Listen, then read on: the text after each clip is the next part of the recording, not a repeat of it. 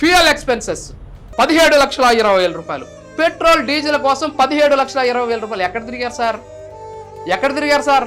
ఎవడి డబ్బు సార్ ఇది? 17,20,000 రూపాయలు మీరు పెట్రోల్ డీజిల్ కోసం ఖర్చు పెట్టామని చెప్పేసి లెక్కలు చూపించారు. ఎందుకు సార్ ఇంత డబ్బు ఖర్చు పెట్టాల్సి వచ్చింది? అక్కడ ఉన్నటువంటి ఏదైతే పవర్ పోతే అక్కడ వాడడానికి జనరేటర్కి వాడారా, లేకపోతే తమరు తిరగడానికి వాహనాల్లో వాడారా, లేకపోతే అనాథలను ఎక్కడికన్నా తీసుకెళ్లారా, లేకపోతే అనాథలకు ఎక్కడికైనా తీసుకెళ్లి వాళ్ళకి ప్రకృతిని చూపించేటటువంటి ప్రయత్నం చేశారా? ఎన్ని వాహనాలు తీసుకున్నారు? అన్ని వాహనాలే లేనప్పుడు మీకు ఇన్ని లక్షల రూపాయలు అంటే దగ్గర నెలకి మీరు చెప్పిన లెక్క ప్రకారం 1,50,000 రూపాయలు కేవలం ఫ్యూయల్ కోసం ఖర్చు పెడతారా? ఇది ఎక్కడి నుంచి వచ్చినటువంటి న్యాయం సార్? అమ్మా నాన్న అనాథ ఆశ్రమంలో అసలు వాహనాలే లేవని అంటున్నారే, ఈ వీడియో చూసి నా కళ్ళు తెరవండి సార్. 2022లో అనాథల వసతి భవనం కడుతున్నప్పటికే వెహికల్స్ ఉన్నాయని గమనించాలి మీరు. అసలు అమ్మా నాన్న అనాథాశ్రమంలో ఎన్ని వెహికల్స్ ఉన్నాయో తెలుసా సార్ మీకు? అనాథలను సాకుతున్నందుకు గాను ఆశ్రమానికి దాతలిచ్చిన వాహనాలు సార్ ఇవి. వెహికల్ ఆర్సీలతో సహా మీరు చూడొచ్చు.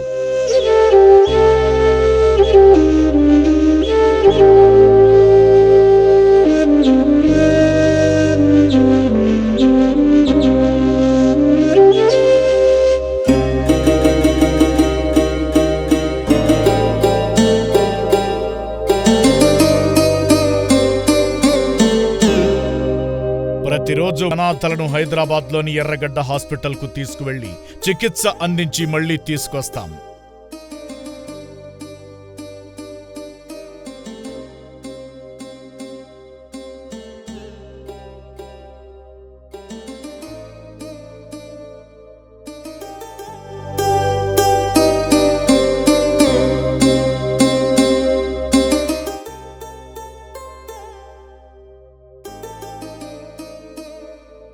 ఇతర అనారోగ్య సమస్యలతో ఉన్నవారిని నల్గొండ గవర్నమెంట్ హాస్పిటల్కు, భువనగిరి ప్రభుత్వ ఆస్పత్రికి తీసుకెళ్లి ట్రీట్మెంట్ ఇప్పిస్తాం సార్. అనాథల నిత్యాన్నదానం కోసం ఆ వాహనాల్లోనే కూరగాయలు తీసుకొస్తాం సార్.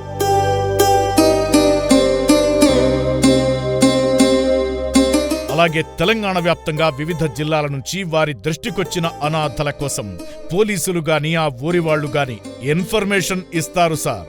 వాళ్లను తీసుకురావడానికి ఆశ్రమ వెహికల్సే ఆధారం.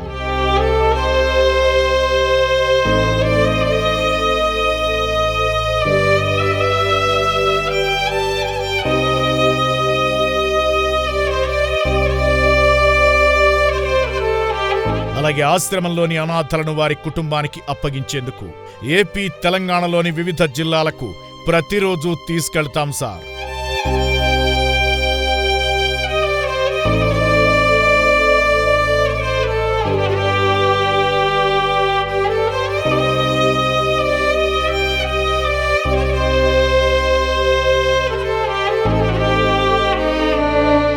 ఇన్ని సేవలు చేస్తున్న ఆశ్రమానికి వాహనాలు ఉండకూడదా సార్?